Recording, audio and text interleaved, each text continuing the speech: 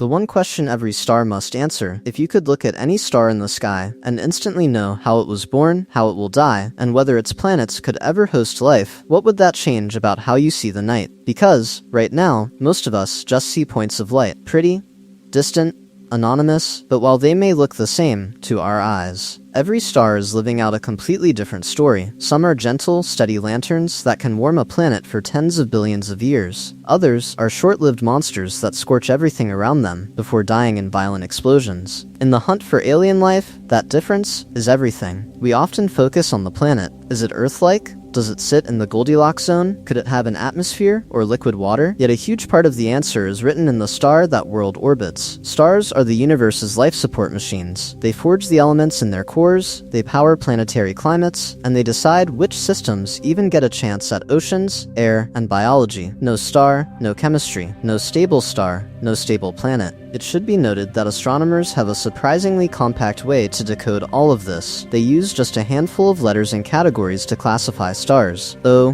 B, A, F, G, K, M. On paper, it looks simple, but hidden in those labels is a secret script that predicts a star's temperature, its color, its lifespan, and how violently it will behave. This means that with the right codebook, a single letter and a few numbers can tell you whether a star is calm enough and long-lived enough to host habitable worlds. Our own sun is only one very specific answer to that code. It is a G-type star, right in the middle of the scale. Optimistically speaking, it is almost suspiciously well-suited to life. If it had been a little more massive, it would burn hotter and die faster, stripping atmospheres and leaving planets no time to evolve complex life. If it had been smaller, like a dim red dwarf, Earth might have needed to orbit so close that tides and flares could sterilize its surface, change the star, and Earth and us might never have existed. So it's time to find out the truth about what star types really decide. By the end of this video, we want you to be able to look at almost any star type, from the most common red dwarf to exotic giants and stellar corpses, and read its fate. You will know what it is, how it burns, how it will die, and what kind of planets can survive around it. So, let's begin our tour of every major star in the cosmos, and see which ones could ever light up living worlds. Why star types decide the fate of worlds. If stars decide the fate of planets, what exactly are they deciding?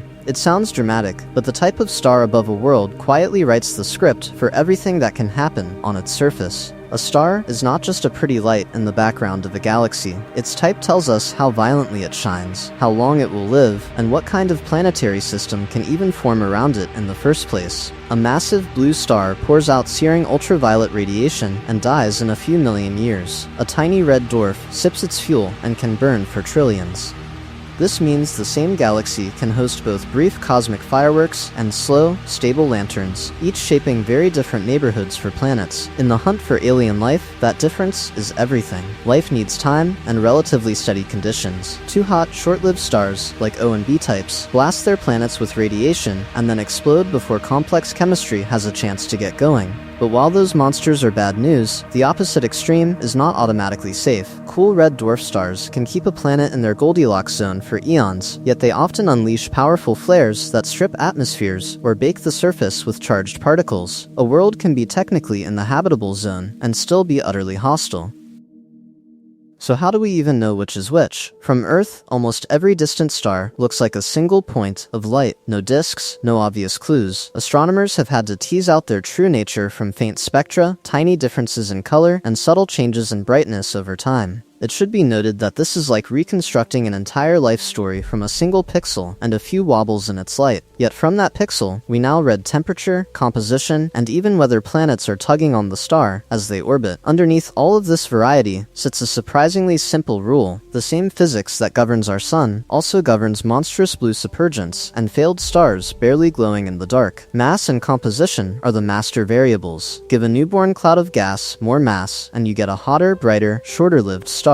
Take mass away, and you slide down to orange K-stars, red dwarfs, and finally objects that never fully ignite their cores. Optimistically speaking, once we know a star's mass and what it is made of, we can predict most of its life. So it's time to find out the truth hiding behind those simple classifications. If we can decode the full zoo of star types, we can read the history of the universe itself, where heavy elements were forged, where black holes were born, and where the most promising habitable, Earth-like planets might be hiding. But which stars are the real heroes for life, and which are silent killers in disguise? From dark clouds to first light, how stars are born. If star types are the adult labels, we first have to ask, where do these stars actually come from? To understand that, we need to leave the bright constellations behind and dive into the darkest regions of the Milky Way, where new suns are quietly assembling. Out there, huge structures called giant molecular clouds drift through the galaxy. These are not thin, wispy fogs. They are cold, dense warehouses of hydrogen gas and dust, stretching for dozens of light years. Temperatures can drop to just a few degrees above absolute zero. In that deep cold, gas pressure is weak, and gravity starts to win. Little pockets inside the cloud become slightly denser than their surroundings, and once they cross a threshold, they begin to collapse in on themselves.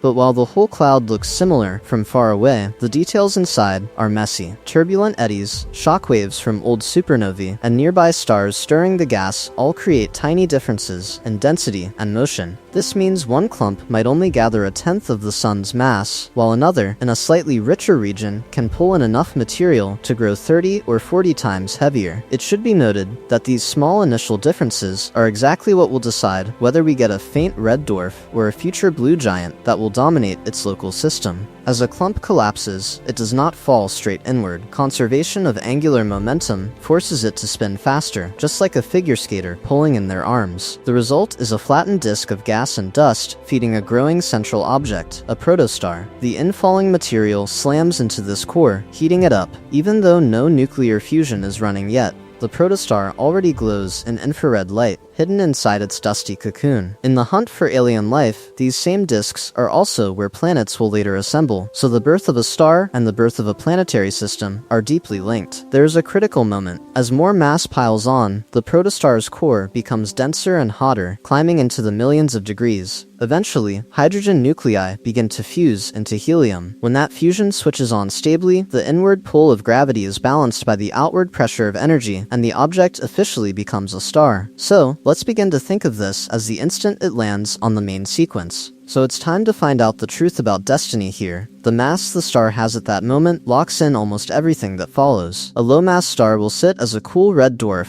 burning slowly for trillions of years. A sun-like star will occupy the comfortable middle with a broad Goldilocks zone, where Earth-like planets and complex life have a chance, and a massive blue star will blaze through its fuel in just a few million years before ending in a violent supernova.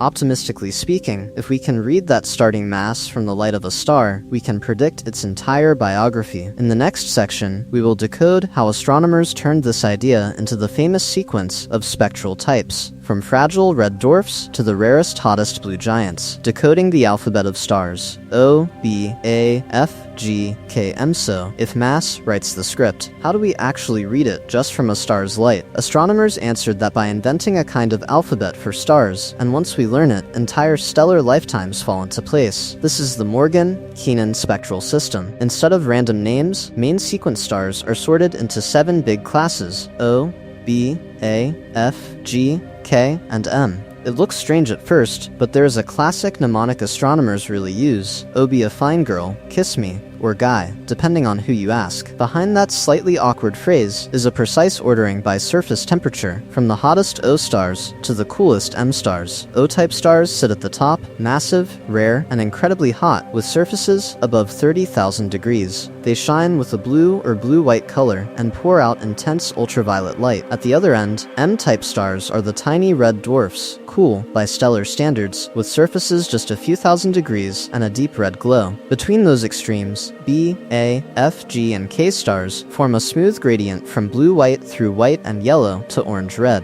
Why does color track temperature so reliably? Because every star behaves roughly like a glowing thermal object. Hotter stars peak at bluer wavelengths, cooler ones at redder wavelengths. This means the spectrum of an O star is dominated by high-energy light, while an M star spectrum is pushed into the red and infrared. It should be noted that the dark absorption lines etched across those spectra also change. In A-type stars, hydrogen lines are strongest, while in cooler K and M stars, we start to see signatures of molecules and neutral metals instead. So, let's begin to combine these letters with size. The MK system adds Roman numerals, called luminosity classes, to separate dwarfs, giants, and supergiants. Class V are main sequence stars like our Sun, quietly fusing hydrogen.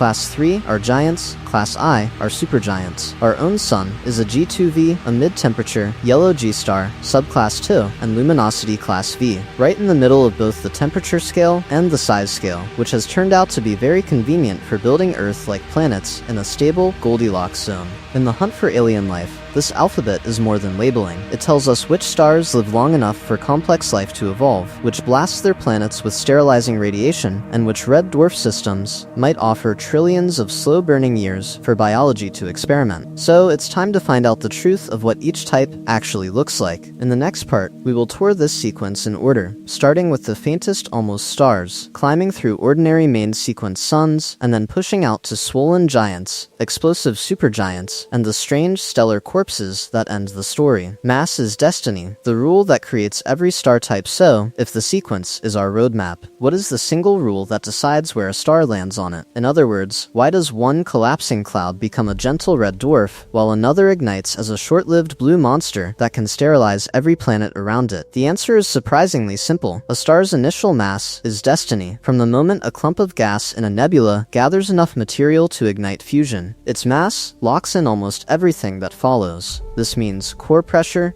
core temperature, fusion rate, brightness, color, lifetime, even the way it dies, are all written in that first number. How many suns worth of material it manages to pull in. More mass means more gravity, and more gravity means the core is squeezed harder. Squeeze the core harder, and it gets hotter. Make it hotter, and fusion runs faster. So while the majority of people imagine a big star as just a scaled-up sun, the physics is far more extreme. A star with 30 times the sun's mass can blaze hundreds of thousands of times brighter, pouring energy into its planetary system.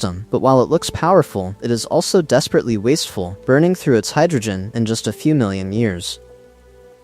Compare that to the low-mass end. A small red dwarf with maybe a tenth of the sun's mass has a cooler, dimmer core. Fusion ticks along slowly, almost reluctantly. It should be noted that these stars mix their fuel so efficiently that they can use nearly all of the hydrogen they are born with. Optimistically speaking, that makes them the ultimate long-term hosts for life. A single red dwarf can shine for trillions of years, far longer than the current age of the universe, offering an absurd amount of time for habitable, Earth-like planets in its tight Goldilocks zone to evolve complex biospheres. But while mass controls how a star lives, it also decides how it dies. Low-mass stars never get hot enough to fuse the heaviest elements. They swell gently, shed their outer layers into a glowing shell, and end as dense, Earth-sized white dwarfs. Stars like the Sun reach higher temperatures, briefly fuse heavier elements, and then also relax into white dwarfs after a red giant phase. The real drama belongs to the giants. Push the mass high enough and the core will eventually collapse in a fraction of a second, triggering a supernova that leaves behind a neutron star, or, if the mass is extreme, a black hole. So, let's begin applying this rule to the strangest cases. In the hunt for alien life, we care not just about ordinary suns, but also about objects on the edge of stardom. What happens when there is almost enough mass to light up,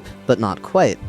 And at the other extreme, can a star be so massive that even a normal supernova is not violent enough, and it dies in a focused blast of gamma rays that can fry entire systems half a galaxy away? So it's time to find out the truth, as we meet the failed stars and the stellar monsters that push this mass destiny law to its breaking point. Failed stars, the strange world of brown dwarfs. So what happens when a cloud of gas tries to make a star, and fails? There are few objects stranger, or more important for our picture of the universe, than the so-called failed stars, brown dwarfs. Evaluating brown dwarfs is tricky. They are not quite planets, and not quite stars.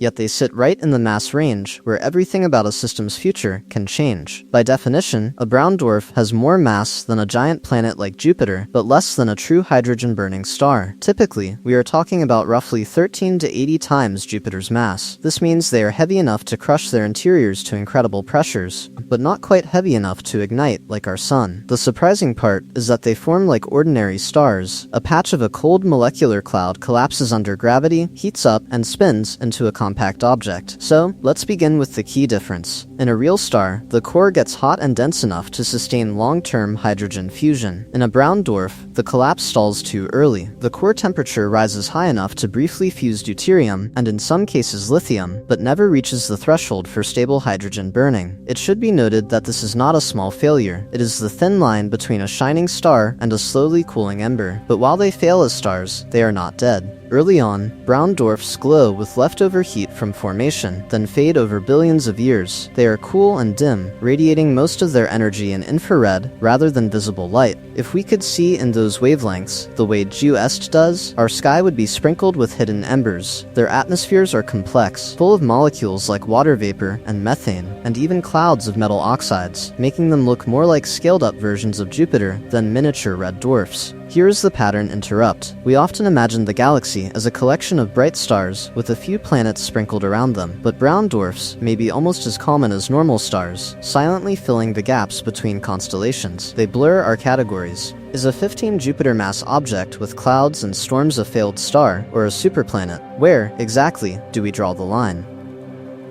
In the hunt for alien life, this raises an uncomfortable question.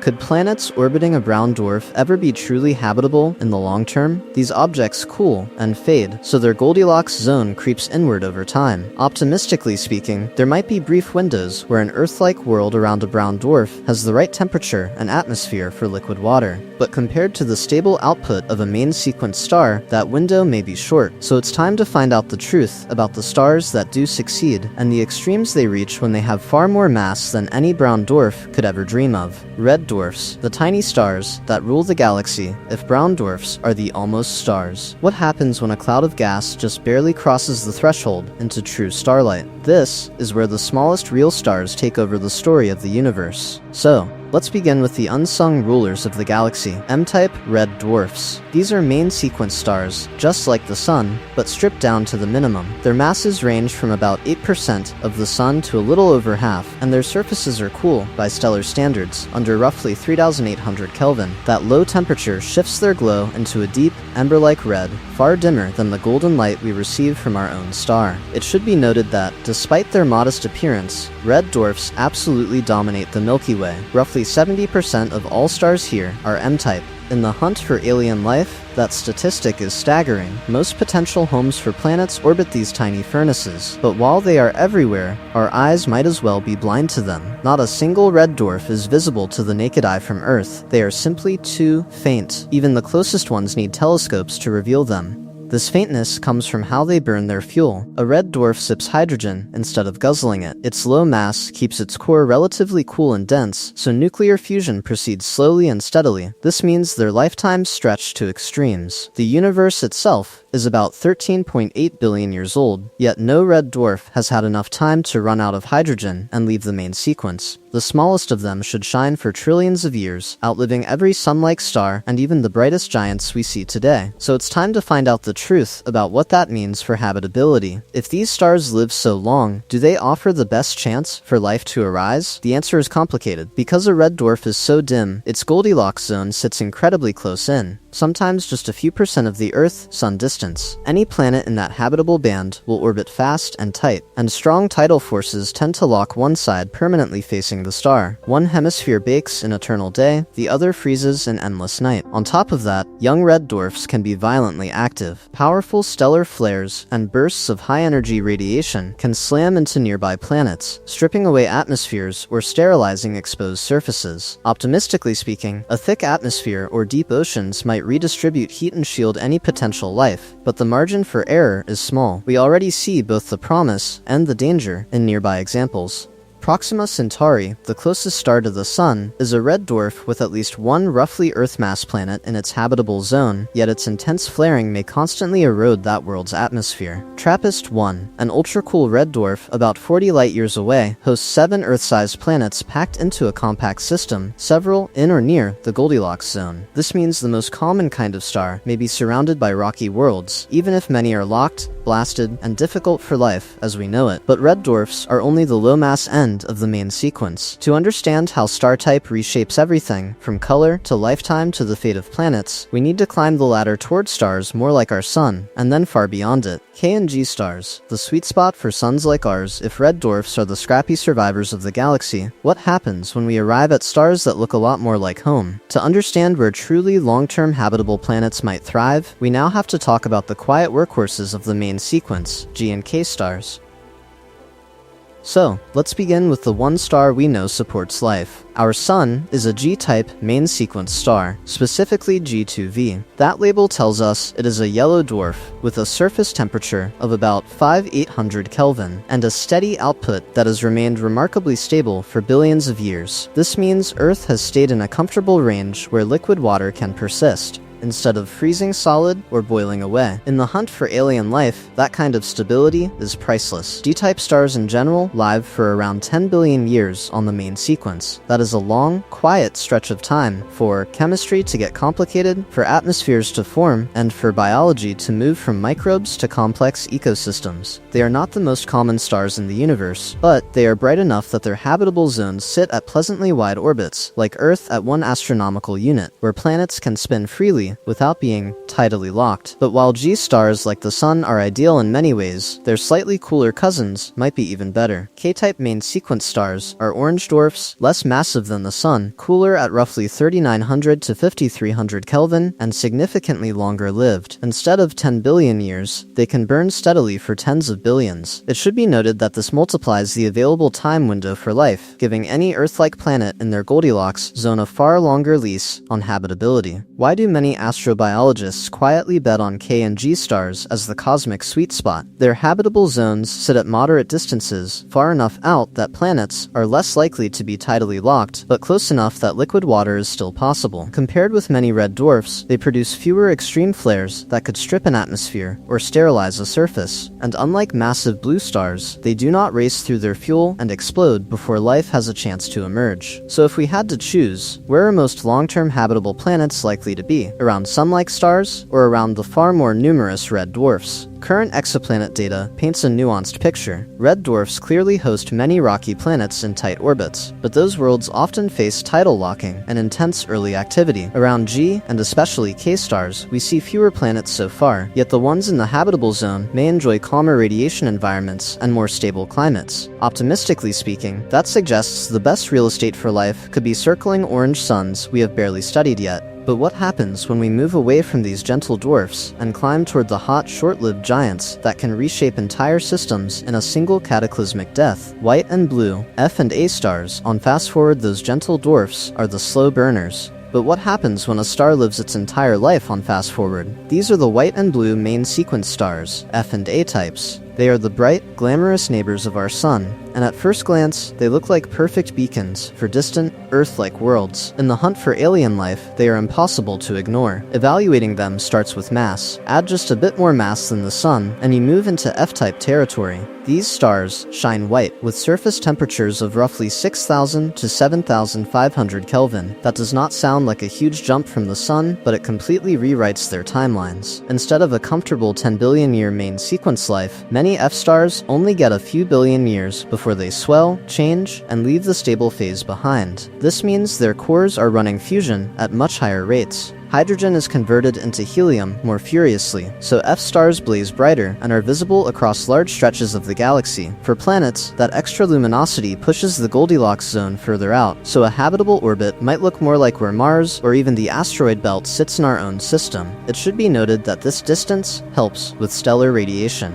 but it does not solve everything, because when we step up again to A-type A stars, the clock speeds up even more. Stars are hotter and more massive still, often twice the sun's mass or more, and they shine a striking bluish-white. Their surfaces can reach around 10,000 Kelvin, but while they look eternal and calm to our eyes, their main sequence lifetimes can drop below a billion years. Some burn through their fuel in only a few hundred million.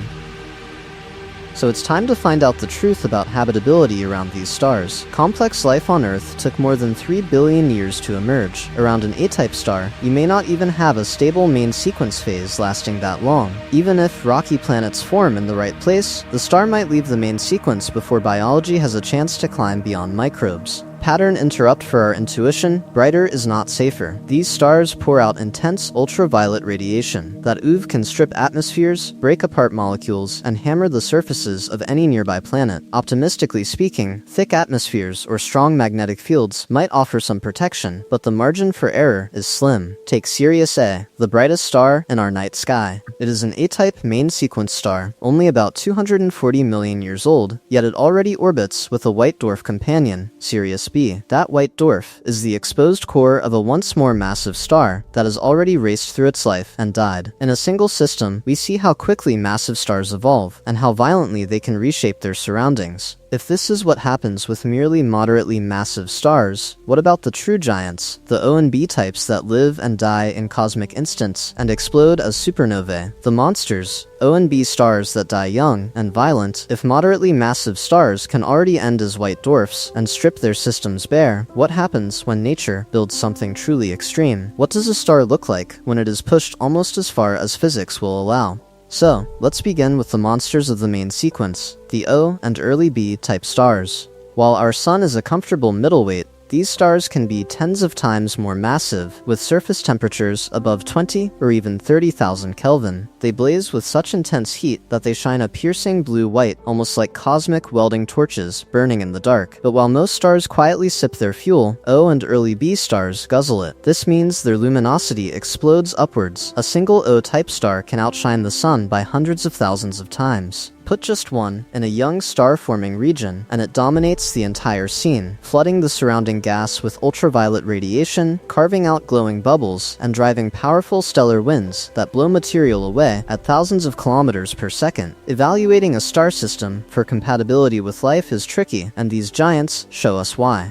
Their radiation is so fierce that any nearby planet would be blasted, its atmosphere stripped or never allowed to form in a stable way. There is no gentle Goldilocks zone here, only regions of searing light and harsh particle storms. In the hunt for alien life, O and B stars are spectacular to look at, but terrible hosts. It should be noted that this brilliance comes at a cost: time. While a small red dwarf can burn for trillions of years, many O-type stars live only a few million. They race through their core hydrogen, swell and transform into unstable supergiants, and then, with almost no warning on cosmic timescales, they die in titanic supernova explosions. So it's time to find out the truth about their role in the wider universe. These stars are rare, making up only a tiny fraction of all stars, yet they act as cosmic engines. In their short lives and violent deaths, they forge heavy elements like oxygen, silicon, and iron, then hurl them out into space. The next generations of stars and planets, including Earth-like worlds around calmer suns, are built from this recycled debris. Optimistically speaking, every breath we take is a quiet echo of some long-dead O-star, and when these giants finally collapse, they do not leave ordinary remnants. Their cores can compress into neutron stars with city-sized diameters, spin up into magnetars with unimaginable magnetic fields, or fall all the way into black holes. In the next part of our journey, we will follow those explosions and meet these strange, compact objects up close, leaving the main sequence. How ordinary stars become giants. Those violent endings raise a deeper question: how does an ordinary, steady main sequence star transform into a swollen giant in the first place? Because before a star can die spectacularly, it has to outgrow the calm middle age it spent quietly fusing hydrogen.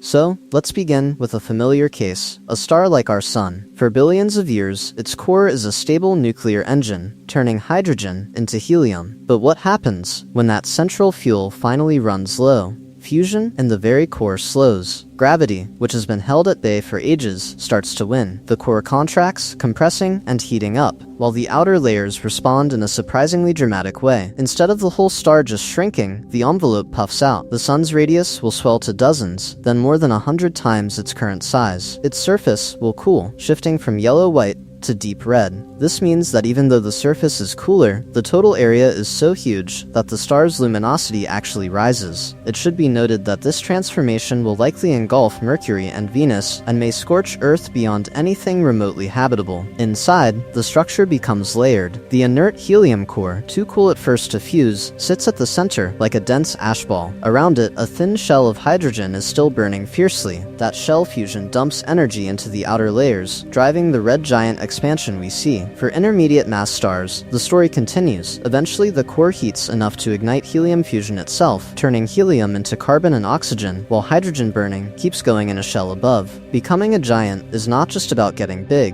it is about rearranging the same mass into a far larger volume. The star's average density plummets, its surface gravity drops, the outer atmosphere becomes more fragile, easier to lose to space, yet the core grows hotter and more extreme. In the hunt for alien life, this is a brutal phase, because any nearby planet in the old Goldilocks zone is suddenly blasted by a star that is both cooler in color and brighter overall. Astronomers capture this evolution with luminosity classes. Our Sun today is a Class V star, a main sequence dwarf. When it swells, it will move up to Class 3, a red giant. Brighter, more inflated giants are Class II, and the truly enormous, like Betelgeuse, are Class I supergiants. Optimistically speaking, these labels might look simple, but behind them is a huge range in size and internal structure, and at the very top of that ladder, beyond even ordinary supergiants, sit unstable hypergiants that push stellar physics to the limit. So it's time to find out the truth about just how big, how bright, and how dangerous a star can really become next. Red giants, the future of our sun, but what happens when a star, like our sun, starts climbing that ladder of size and luminosity? There's a moment when an ordinary yellow main sequence star swells into something far larger, far redder, and far more dramatic,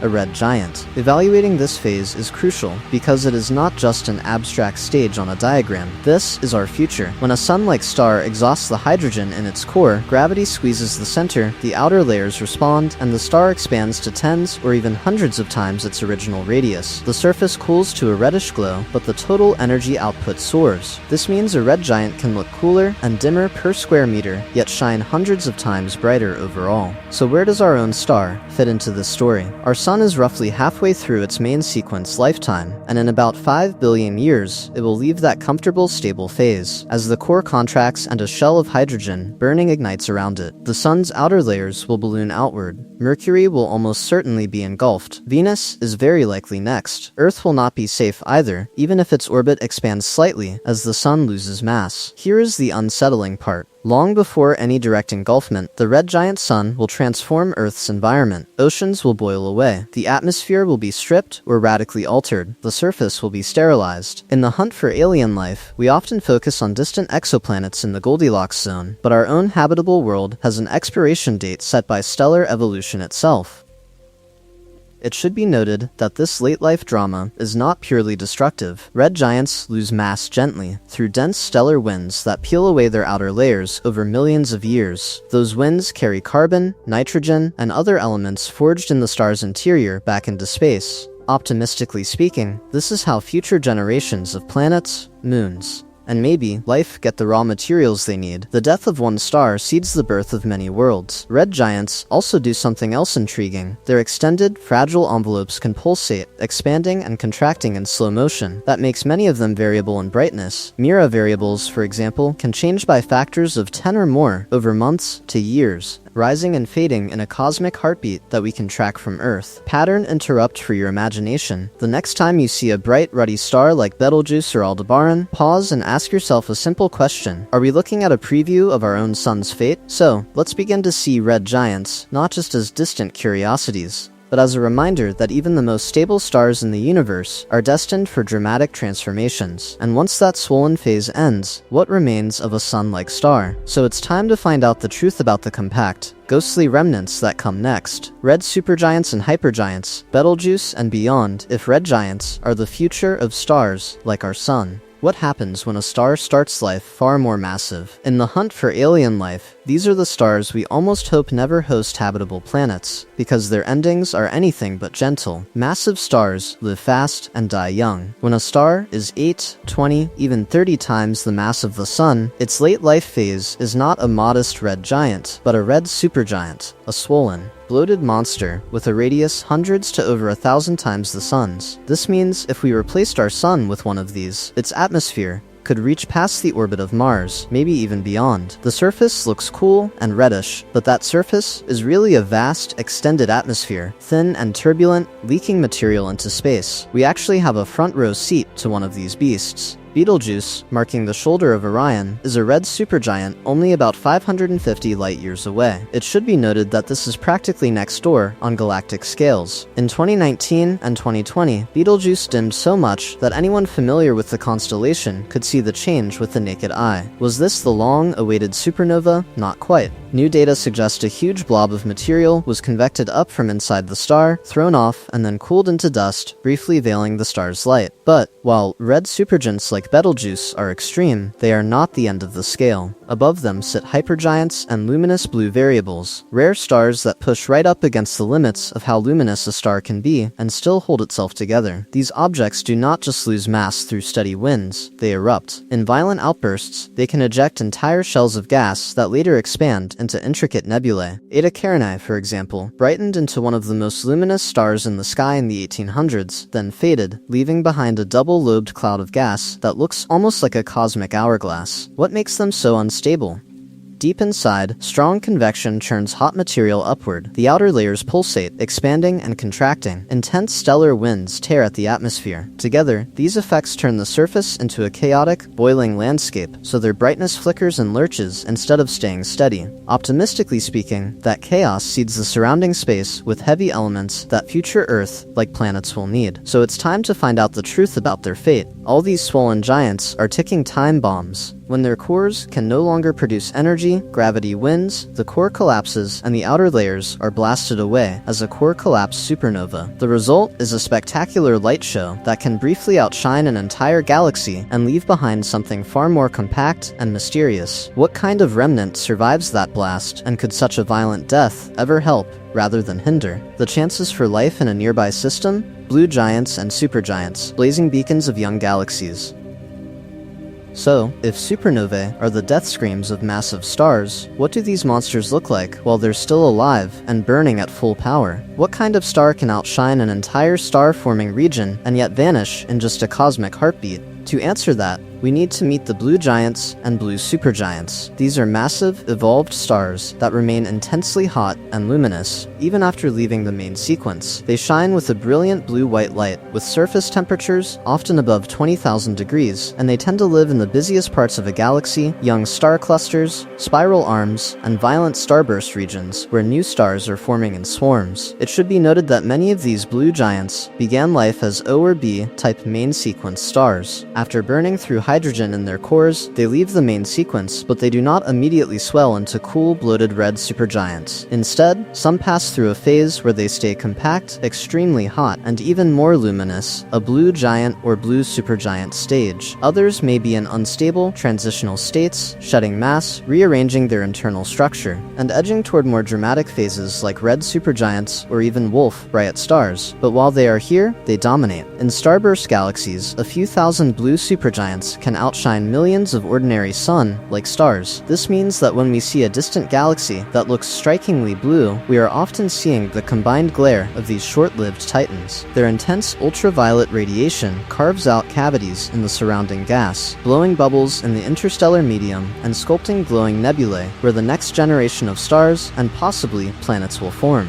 Pattern interrupt for your intuition. Bright usually means long-lived, right? Here, the opposite is true. Like their O and B type progenitors, blue giants and supergiants burn through their fuel at a terrifying rate. Many live only a few million years. The most massive may last less than a single million. So when we spot a cluster full of blue supergiants, we know we're looking at very recent star formation, almost a newborn region on galactic timescales. In the hunt for alien life, that brevity matters. Planets need time to cool, build atmospheres, and possibly develop biology. Around a blue supergiant, the radiation is intense, the winds are fierce, and the clock runs out fast. Optimistically speaking, such a star might help seed future habitable systems instead, by enriching nearby gas with heavy elements when it finally explodes. So it's time to find out the truth about their role in cosmic history. In the early universe, similar massive blue stars likely flooded space with ultraviolet light, helping to reionize the intergalactic medium and shape the first galaxies. Their deaths set the chemical stage for calmer, longer-lived stars like our Sun. But what exactly do those calmer stars leave behind, and how do their remnants compare to the extreme corpses of these giants? Exotic atmospheres, carbon stars, Wolf-Rayet stars, and more if the calm, Sun-like middle of a star's life is where planets and life quietly get their chance, what about the misfits? What about the stars whose atmospheres are so strange that they rewrite the chemistry of entire galaxies? So, let's begin with something that sounds almost impossible. A star that is richer in carbon than in oxygen. Carbon stars are red giants that have dredged up carbon from deep inside and mixed it into their outer layers. Normally, oxygen wins, locking carbon away in carbon monoxide. But while most red giants follow that rule, in carbon stars the balance flips. This means free carbon atoms can pair up into molecules like C2 and Cn, which absorb blue light and make the star glow a deep, smoky red. Through a telescope, they really do look like embers. Their spectra are full of those carbon-based fingerprints, and over time their extended atmospheres and slow winds leak carbon dust into space. It should be noted that this dust is not just decoration. It seeds future clouds, future planets, and eventually the chemistry that can build complex molecules long after the original red giant has faded.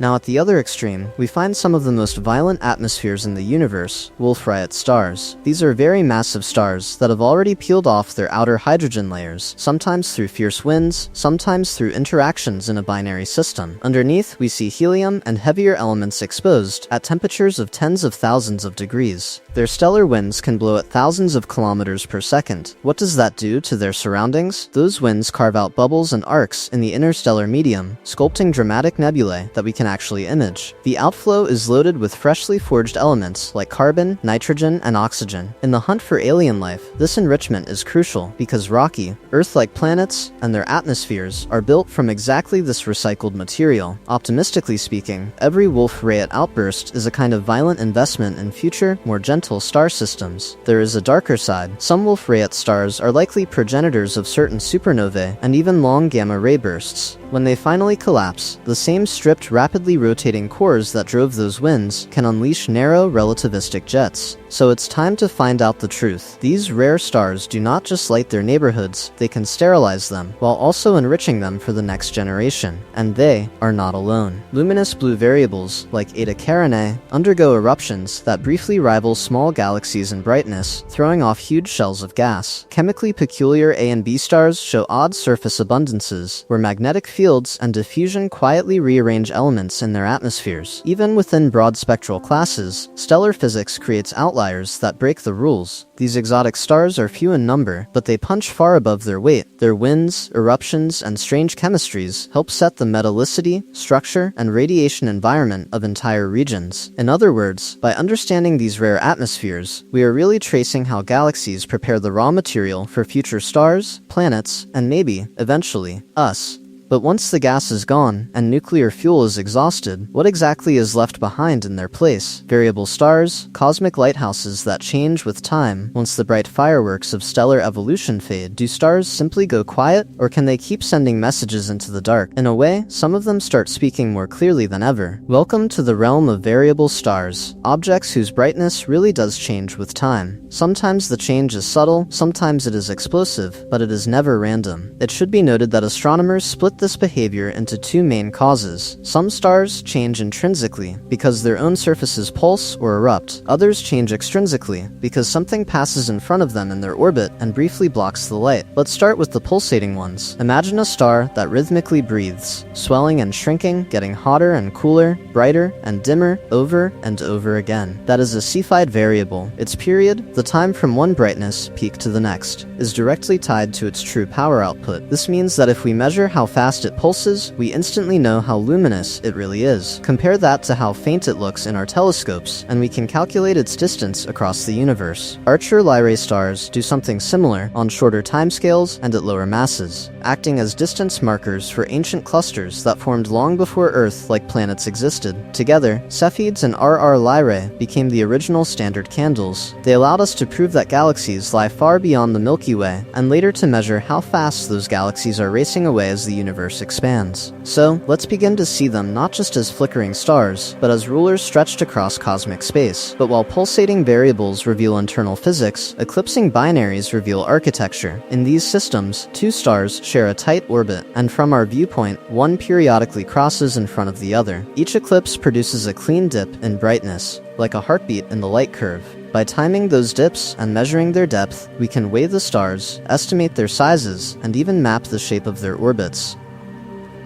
In the hunt for alien life, that same basic trick has been adapted to an even smaller scale. Replace one of the stars with a planet, and you have the transit method for exoplanet detection. Tiny, regular drops in starlight betray the presence of a world, its size, and hints of its atmosphere. Optimistically speaking, variability is not just noise, it is information. It can signal mass transfer in a binary system, late-life instability in a red giant, or subtle changes in internal structure long before a star dies. So it's time to find out the truth. If changing light can reveal so much, what secrets are locked inside the silent, compact remnants that barely shine at all? Binary and multiple star systems. When stars share their lives, if a single silent remnant can hide so much, what happens when two stars share their entire lives? In a universe built on gravity, the answer is, almost everything gets more complicated, and far more dramatic. We often picture a lone star with a tidy family of planets like a neat diagram in a textbook. But while our sun is a comfortable single, it should be noted that many, and perhaps most, stars are born in pairs or even in crowded multiple systems. Two or more stars can form together from the same collapsing cloud and end up locked in a shared orbit around a common center of mass, like dancers circling an invisible point between them. This means that star types are not just about temperature and mass, they are also about relationships. When two stars are far apart, each one evolves almost as if it were alone. But when a binary is close, their outer layers can literally touch. Gas can spill from one star to the other, and suddenly, the clean, predictable life story we learned for isolated stars breaks down. So, let's begin with those close binaries. Imagine a red giant swelling until its atmosphere overflows onto a smaller, denser companion. That stolen gas can spin up the companion, heat it, and make it shine unnaturally blue and young-looking. We call these rejuvenated stars blue stragglers, because they seem to lag behind the aging crowd in a cluster. In other configurations, matter falling onto a white dwarf can ignite in a runaway surface explosion, giving us a nova. Push that process far enough, and the white dwarf can cross a critical mass and detonate entirely as a Type 1a supernova, a standard cosmic beacon we use to measure the expansion of the universe. Pattern interrupt for our mental picture of a normal system. Look at Sirius.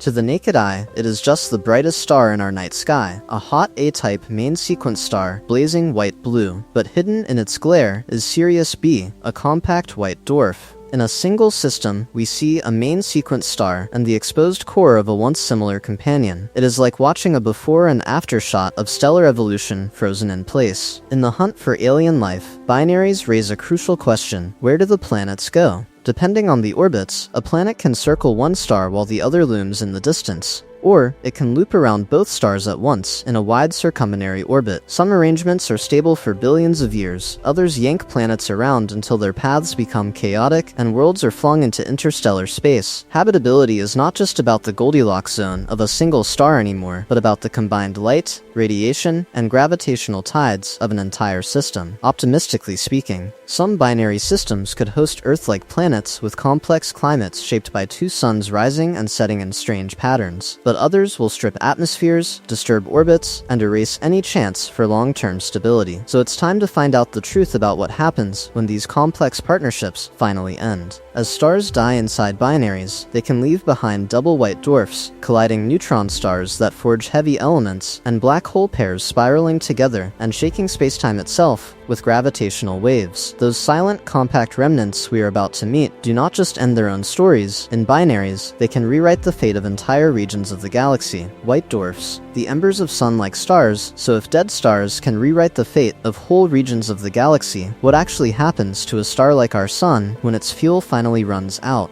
Does it vanish, explode, or quietly leave something behind that still shapes the universe long after the fireworks end?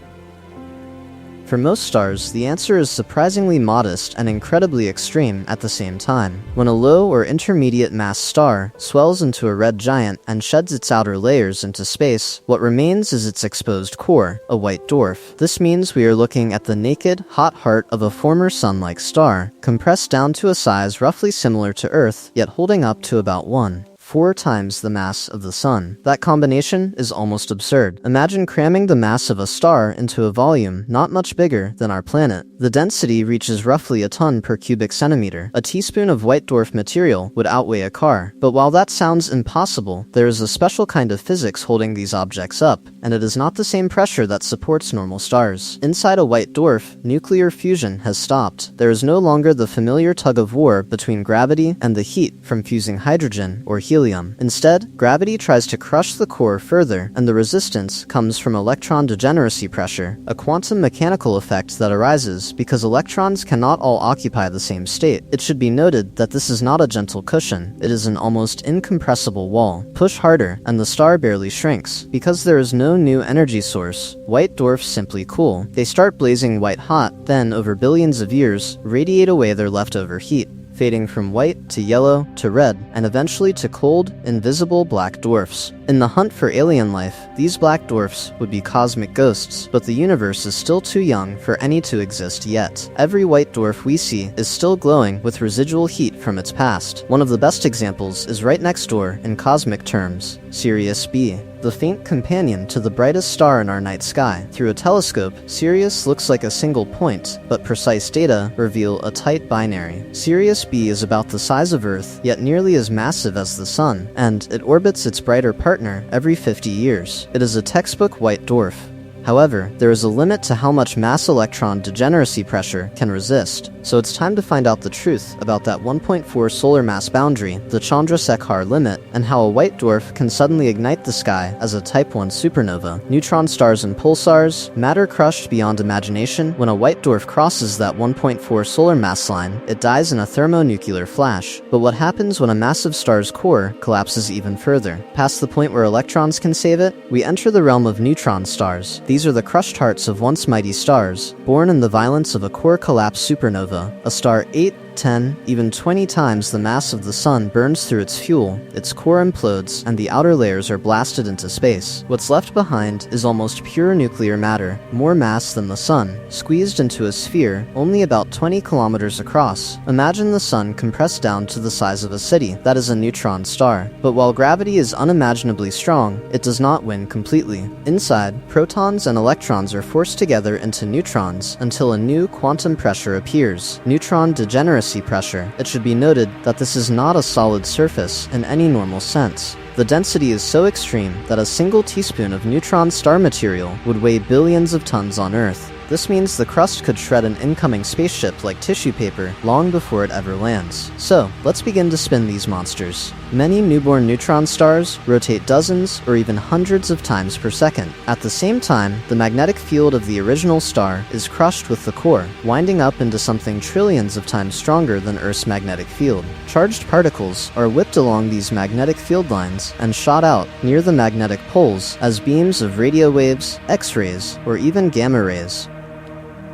When those beams sweep across Earth as the star rotates, we see a lighthouse effect, a pulsar. Each rotation is a tick, another tick, then another. Some pulsars spin so steadily that their pulses arrive with a precision rivaling, and sometimes exceeding, our best atomic clocks. In the hunt for alien life, that kind of regularity is almost suspiciously perfect, which is why the first pulsar was briefly labeled LGM for Little Green Men. Optimistically speaking, pulsars have become tools for something even stranger than hypothetical civilizations. By timing arrays of millisecond pulsars across the sky, astronomers can watch for tiny deviations in their rhythm. Those deviations are the subtle stretching and squeezing of space itself as gravitational waves pass through our region of the universe, produced by titanic mergers of supermassive black holes in distant galaxies. And there is an even more extreme cousin waiting in the wings, magnetars, neutron stars, whose magnetic fields are so intense they can rearrange atoms and power flares brighter than 100 million suns. So it's time to find out the truth about how far matter can be pushed before even light cannot escape. Magnetars and stellar mass black holes. When stars break physics, so if neutron stars already twist the rules of physics, what happens when we turn every dial to maximum? How far can a collapsing star really go before the universe itself seems to say no further? Magnetars are our first answer to that question. They are a special class of neutron star, born from massive stars that died violently, but with a crucial twist: their magnetic fields. While a typical neutron star already has a magnetic field trillions of times stronger than Earth's, a magnetar can be up to 1,000 times stronger than that. This means a single magnetar could erase every credit card on Earth from halfway across the solar system. It should be noted that these fields are not just numbers on paper. They can literally distort atomic orbitals, tearing apart normal matter. Occasionally, the stressed crust of a magnetar cracks, triggering a giant flare. For a fraction of a second, that flare can outshine the entire galaxy, flooding space with high-energy X-rays and gamma rays. In the hunt for alien life, these blasts are more like cosmic warnings than invitations. Where do such monsters come from? The leading idea is that magnetars form from particularly massive, rapidly rotating stars. As the core collapses, conservation of angular momentum spins it up like an ice skater pulling in their arms, and magnetic fields are amplified to unimaginable levels. Not every massive star becomes a magnetar, but when the conditions are just right, the result is this magnetic apocalypse in stellar form. But while magnetars push matter to the edge, there is an even more extreme fate for the heaviest stars, stellar mass black holes. Here, not even neutron pressure can hold the core up. Gravity wins completely, crushing the matter past any known state and hiding it behind an event horizon, a boundary from which not even light can escape. So it's time to find out the truth about how we study something we can never see directly. Pattern interrupt. If black holes are invisible, why are we so confident they exist at all? We detect them indirectly. In a binary system, a black hole can steal gas from a companion star, forming a superheated accretion disk that shines in X-rays. When two black holes orbit and merge, they send out gravitational waves that observatories like LIGO and Virgo record as tiny ripples in spacetime. And in some systems, we see stars orbiting an apparently empty point, their paths betraying the mass hidden in the dark. Optimistically speaking, the most striking part of this story is its unity. From gentle, long-lived red dwarfs in the galactic suburbs to magnetars and black holes that can sterilize regions of space, all of these extremes arise from the same basic process: clouds collapsing, stars forming, and then dying by the rules of mass and gravity. This means that when we look at any star, we are not just seeing what it is now. We are seeing a prediction of what kind of remnant it will leave, and what sort of planets and life might have once orbited it. So, let's begin to pull back from these stellar corpses and look again at the living stars themselves, because understanding their full life cycle is the key to explaining every star type in the sky. Star types and planet types. Who makes the best homes? If stars are the engines of the cosmos, which engines actually build the best homes for planets and maybe for life? We have seen how stars live and die, but now we need to ask a more practical question. Which star types are the best landlords in this vast cosmic real estate market? Evaluating a star system for compatibility with life is tricky. A star's type sets almost everything that matters long before a single planet forms. Hotter, brighter stars push their Goldilocks zone far out, but it becomes a thin, distant ring that races inward as the star ages. Cooler, dimmer stars pull that zone in close, making it compact and intense. This means the width of the habitable zone, the level of radiation, and how stable conditions stay over billions of years are all written in the star's mass and temperature. So, let's begin with the most common landlords of all: red dwarfs, the M stars. They are cool, faint, and incredibly long-lived, burning for trillions of years. Their Goldilocks zones sit so close in that a planet can orbit in just a few days and still be temperate, but while they are gentle in brightness, they can be violent in temperament. Many red dwarfs unleash powerful flares and ultraviolet bursts that can strip atmospheres, especially from tidally locked worlds. Yet, in the hunt for alien life, they are irresistible targets because small, rocky planets are easiest to find around them. K and G stars, including our Sun, are the calmer, middle-class landlords. They are brighter than red dwarfs, so their habitable zones lie farther out and are wider, giving planets more room to orbit without being tidally locked. Flare activity and ultraviolet radiation are moderate, not trivial, but not relentlessly hostile. It should be noted that their main sequence lifetimes, from roughly 10 to 30 billion years for K stars, and about 10 billion for a G star, like the Sun, seem long enough for complex ecosystems and possibly intelligent civilizations to emerge. Hotter F and A stars are the flashy, short-term renters of the universe. Their Goldilocks zones are far away and very bright, but their lives can be as short as a few 100 million to a couple of billion years. Their ultraviolet output is intense, their winds strong, and their luminosity changes more rapidly. Optimistically speaking, simple, fast-evolving life might appear, but these stars may switch off the lights before complexity truly takes hold. Observationally, our data reflect these biases. Most of the small, rocky exoplanets we have found cluster around M and K dwarfs because their compact systems make transits frequent and deep. Around sun-like G stars, and especially hotter F and A stars, we are still building statistics. Their wider orbits mean we have seen fewer full years, fewer repeated shadows. So it's time to find out the truth. Which landlord is best? Right now, many astronomers suspect that long-lived, moderately active K and G stars offer the best overall balance for complex, Earth-like life. But red dwarfs might host staggering numbers of simple, resilient biospheres, quietly persisting for trillions of years in perpetual twilight. And in this zoo of star types and planetary systems, we still do not know where we will find life first. Upcoming telescopes, from the extremely large telescope on the ground to future space observatories beyond JEST, will start to read the atmospheres of these worlds in detail. Will the first clear chemical fingerprints of biology come from a compact red dwarf system, a comfortable K-star neighborhood, or a sun-like twin? In the next section, we will turn directly to those planetary atmospheres and see how we can actually recognize life from light alone. Reading the sky. How to identify star types with just your eyes. We have talked about reading alien atmospheres with telescopes, but what can we read with nothing more than our own eyes? Evaluating a star system for compatibility with life is tricky, yet the sky is already giving us clues. We cannot do full spectroscopy with our vision, but we can still infer rough star types from color, brightness, and position. This means that once we know what to look for, the night sky becomes a kind of low-resolution star catalog we can carry in our heads. So, let's begin with color. Star color is not just aesthetic, it is temperature.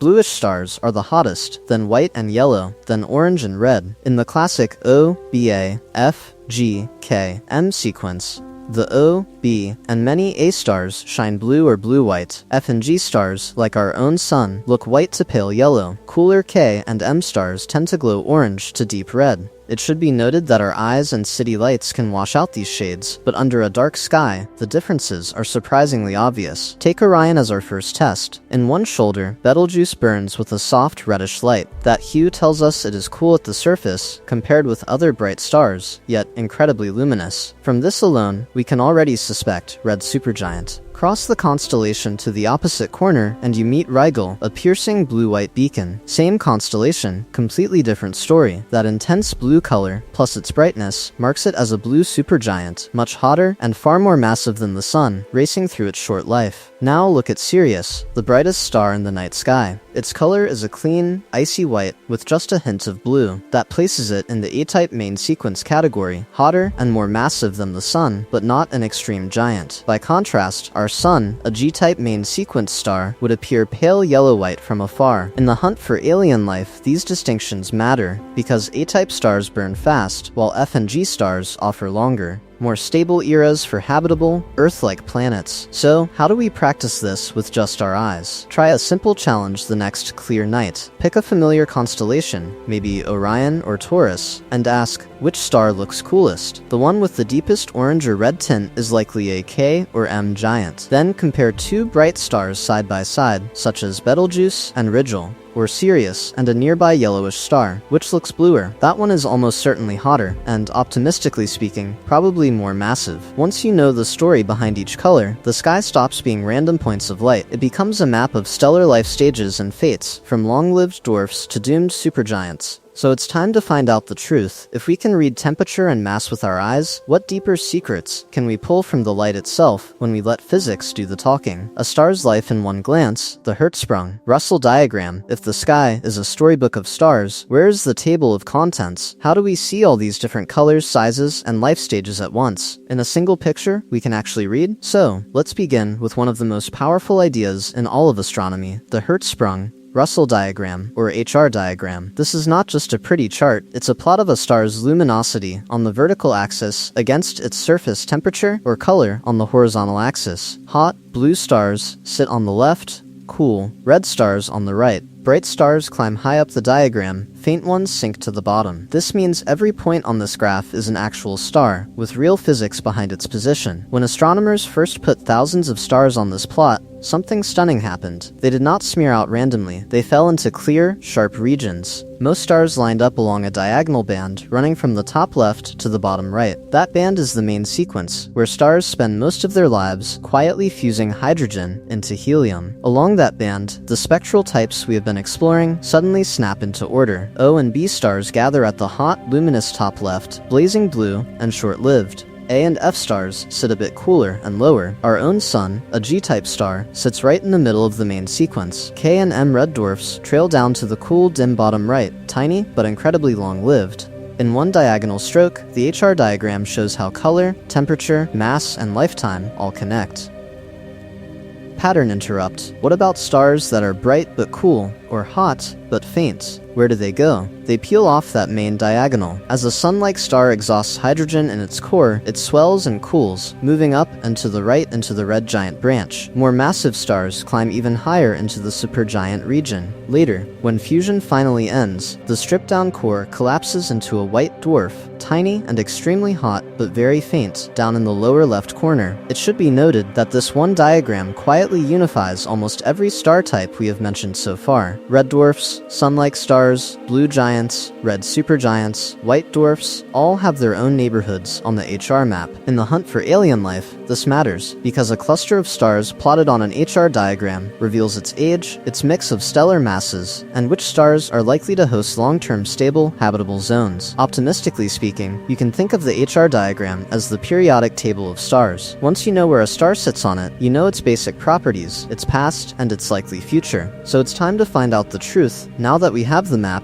what does it say about which stars are truly friendly to Earth-like planets and to life itself? Galactic ecology, how star types build and rebuild the cosmos. If the HR diagram is our map, then here's the deeper question. What is the ecosystem that map is describing? We are not just sorting stars into boxes. We are watching how the entire galaxy breathes, recycles, and, ultimately, makes planets and life. So, let's begin with the loudest players. Massive O and B stars, blue supergiants, and exotic wolf, Rayet stars live fast and die spectacularly. Their gravity pulls in gas, but their intense radiation and fierce stellar winds push it back out, shredding their birth clouds. This means they flood the interstellar medium with heavy elements like carbon, oxygen, silicon, and iron. When they finally explode as supernovae, they blast those elements across light years, seeding future generations of stars and any Earth-like planets that might orbit them. It should be noted that without these short-lived giants, there would be no rock under our feet, no iron in your blood, no phosphorus in your DNA. But while they are the fireworks, they are not the long-term planners of the cosmic budget. That role goes to the quiet majority, low-mass stars and red dwarfs. These M-type stars make up most of the stars in the Milky Way. They sip their hydrogen instead of gulping it, burning so slowly that many will shine for trillions of years. In the hunt for alien life, that is an extraordinary advantage, because a stable, dim red dwarf can keep a narrow Goldilocks zone warm for time spans far beyond the age of the universe so far. So how does the story continue after stars die? Their remnants, white dwarfs, neutron stars, and black holes are not just cosmic tombstones. A white dwarf in a close binary can steal gas from its companion, flaring in novae and sometimes detonating in a Type 1a supernova that again enriches the galaxy. Neutron stars and black holes pull in matter through accretion disks, launching jets and energetic outflows that stir and heat surrounding gas. This agitation prevents gas from collapsing too quickly, regulating when and where new stars can form. Galaxies, in turn, wear their stellar demographics on their sleeves. Starburst galaxies, where gas is rapidly turning into massive stars, glow bright blue from swarms of young O and B stars. Older, quiescent galaxies look red and smooth, dominated by red giants and long-lived dwarfs, with little cold gas left to form new systems. Optimistically speaking, we can see the whole zoo of star types as a self-sustaining galactic ecosystem. Massive stars manufacture heavy elements, low-mass stars preserve hydrogen for the distant future, remnants recycle and regulate the gas, and galaxies balance these processes over billions of years. So it's time to find out the truth. Within this cosmic ecology, which specific star types actually give planets the best shot at becoming truly habitable? The far future, when only red dwarfs remain so, if the current cosmos is a balanced ecosystem of star types, what happens when the balance finally breaks? What does the universe look like when the bright blue giants are gone, and only the slow burners remain?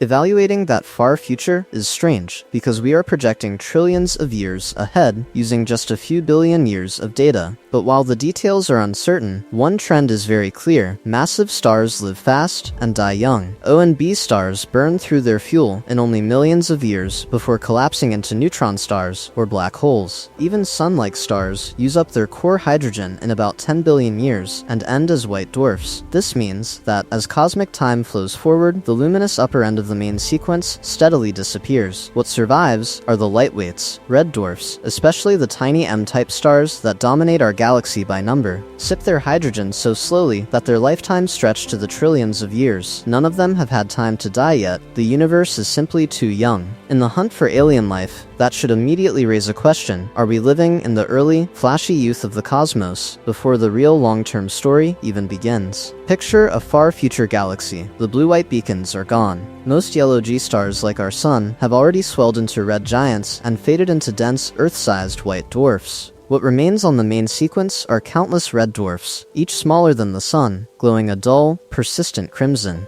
From a distance, the whole galaxy would look darker, its spiral arms lit by a faint red haze instead of bright star-forming knots.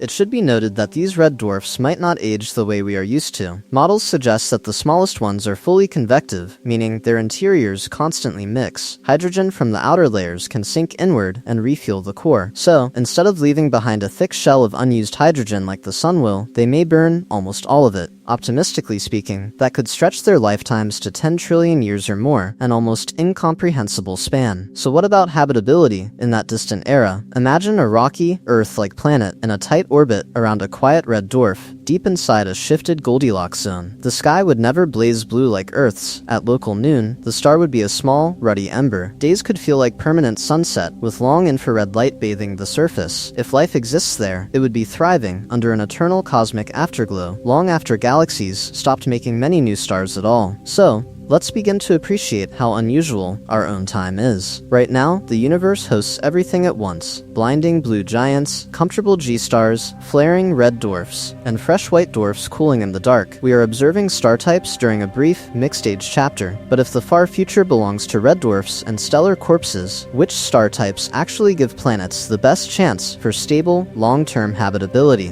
both now and in that distant red twilight? From letters to lives, recapping every star type's story. So, after touring this entire cosmic zoo, what have we actually learned about all these stars that fill the sky? Because if we step back for a moment, a pattern appears, and it is surprisingly simple. We began with the main sequence, that diagonal band where most stars spend almost all of their lives. At the top sit the O and B stars, huge, blindingly hot, blue-white furnaces that burn through their fuel in just a few million years. Their color is a warning label. Blue means high temperature, high mass, and a brutally short life. Moving down through A and F stars into G stars like our sun, the light softens from blue to white to yellow. This means cooler surfaces, lower mass, and much longer lifetimes, stretching into the billions of years. By the time we reach K and M dwarfs, the light is orange or red, the atmospheres are cooler, and the clocks run almost forever. Red dwarfs can outlive the current age of the universe many times over. Color, in other words, quietly encodes both temperature and lifetime.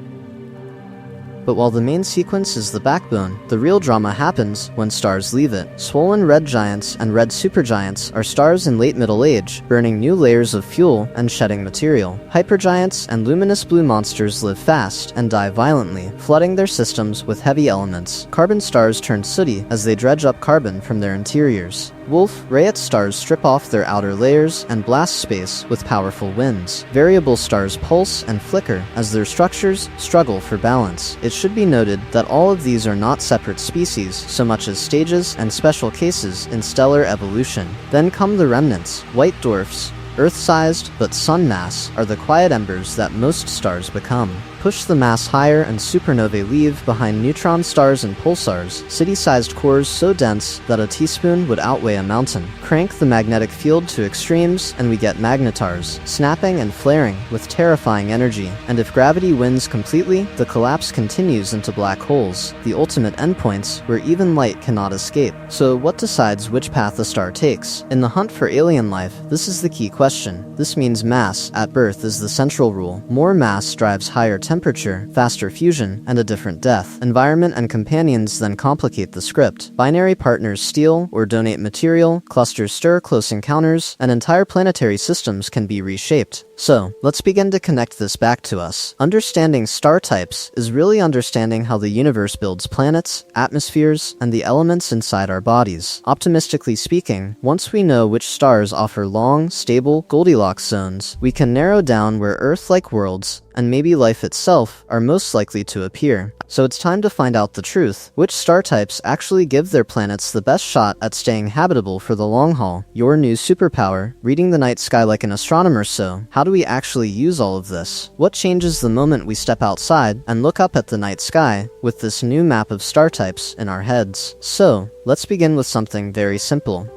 Imagine you walk outside tonight, let your eyes adjust, and pick out the brightest star you can see near the horizon. Instead of just thinking pretty light, your brain starts labeling. That orange one? Likely a red giant. A sun-like star, swollen late in life. That piercing blue-white, one higher up, a hot main sequence star, burning through its fuel far faster than our sun ever will. And then, you remember what we said about red dwarfs. Most of the stars in the Milky Way are tiny M-class red dwarfs, quietly burning for trillions of years. It should be noted that almost none of them are visible to your naked eye. So when you stare into a dark patch of sky and see nothing, you can still imagine a whole invisible city of faint red dwarf stars, each with its own planets, each with its own potential Goldilocks zone. This means every point of light becomes a story. You can ask, how did this star form from a cold cloud? What elements is it fusing right now in its core? How will it die? And what kind of debris will it leave behind for the next generation of planets? And, maybe, life. In the hunt for alien life, that mental habit is powerful. You are no longer just stargazing, you are time-traveling through stellar lifetimes. To make this concrete, we can use a few simple tools. A basic star chart or a free phone app can label bright stars for you. Betelgeuse, a red supergent nearing the end. Sirius, a bright main sequence star with a white dwarf companion. Vega, a hot A-type star. With binoculars, suddenly clusters become nurseries where new stars are being born, and you can pick out color differences that your eyes alone might miss. But while it might feel like trivia, it really is a new way of seeing. The sky stops being a flat wallpaper and turns into a living, evolving ecosystem. Color tells you temperature and mass. Brightness hints at distance and size. You start to read the sky almost like an astronomer reads data from a telescope, except your instrument is your own trained intuition. Optimistically speaking, this is only the beginning. As new telescopes come online, we may find borderline objects that blur our neat categories, stars that almost failed and became brown dwarfs, or exotic remnants that challenge what we think a normal star can be. So it's time to find out the truth about those extremes and what they mean for planets and habitability. In the next part of our journey, where we look next, stars, planets, and the search for life. So if every extreme star rewrites the rules, what does that mean for the places where life might actually emerge? In the hunt for alien life, every story still begins with a star. Evaluating an exoplanet system for habitability always starts the same way. Before we model a planet's atmosphere, before we estimate its surface temperature, we ask a simple question: what kind of star is it orbiting? This means the star's type quietly sets the stage for everything that follows, from where the Goldilocks zone falls to how violently that world is bathed in radiation. Think of a gentle red dwarf, cool and dim, where the Goldilocks zone hugs close to the star. Planets there may be tidally locked, with one side an endless day and the other an eternal night, but they gain trillions of years of stable light to work with. Compare that to a massive blue giant, incredibly bright, incredibly short-lived. Its planets might form, heat up, and then lose their chance at complex life before a human word like billion even becomes relevant. It should be noted that our own sun, a modest G-type star, sits in a kind of middle ground, long-lived enough for Earth-like life to evolve, but energetic enough to keep our planet warm, active, and chemically rich. Optimistically speaking, stars like this may be some of the best compromises in the universe, and upcoming missions are about to test that idea with real data. Over the next decade, observatories such as the James Webb Space Telescope, the Extremely Large Telescope, and dedicated planet hunters will dissect starlight to read the fingerprints of orbiting worlds. By measuring tiny dips in brightness and subtle shifts in spectra, we will not just classify stars more precisely, we will identify which star types most often host rocky, potentially habitable planets with promising atmospheres. So, let's begin a new phase of this exploration together. Which star type has captured your imagination the most? The quiet endurance of red dwarfs, the familiar warmth of sun-like stars, the brief fury of blue giants, or the strange afterlives of white dwarfs, neutron stars, and black holes? Tell us in the comments, and tell us why. Your answer is part of how we, as a species, decide where to look next. From here, there are many paths. We could dive deeper into stellar nucleosynthesis and watch stars forge the elements inside our own bodies. We could zoom out to see how different star populations sculpt entire galaxies. Or we could focus on a single extreme system and follow its planets, orbit by orbit, through time. So it's time to find out the truth together. If you want more journeys through the universe's hidden structures, subscribe, like, and share your thoughts below. Because the next time you see a star, you are not just seeing light in the dark sky, you are seeing a life story written in fire, and the next chapter has not been observed yet.